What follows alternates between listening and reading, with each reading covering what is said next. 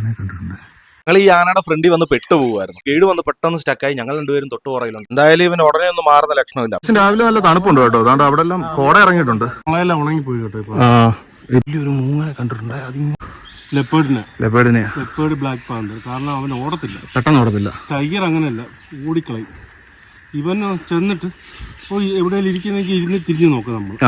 അങ്ങനെ കുതിരാക്ഷ ഈ ഭാഗത്തില്ല, വേറെ നിൽക്കുന്നതോ അത് മറ്റേ ആലാണ്. ആല, പക്ഷെ ആലെന്ന് നമുക്ക് പറയാൻ ഇതൊരു പാരസൈറ്റ് കൂട്ടം നിപ്പുണ്ട്. കൊഴുപ്പായിട്ട് അറ്റാക്ക് വന്നിരിക്കില്ലേ? പ്രണയമാണ് ഈ കാണുന്നത്. നമ്മുടെ ഒരു ദേഹത്ത് ഇതിന്റെ നാക്ക് ഒന്ന് ഇങ്ങനെ ഒന്ന് പ്രശിച്ചാൽ മതി. നമ്മുടെ നാട്ടിലൊക്കെയുള്ള പശുക്കുട്ടിയെ പോലിരിക്കും.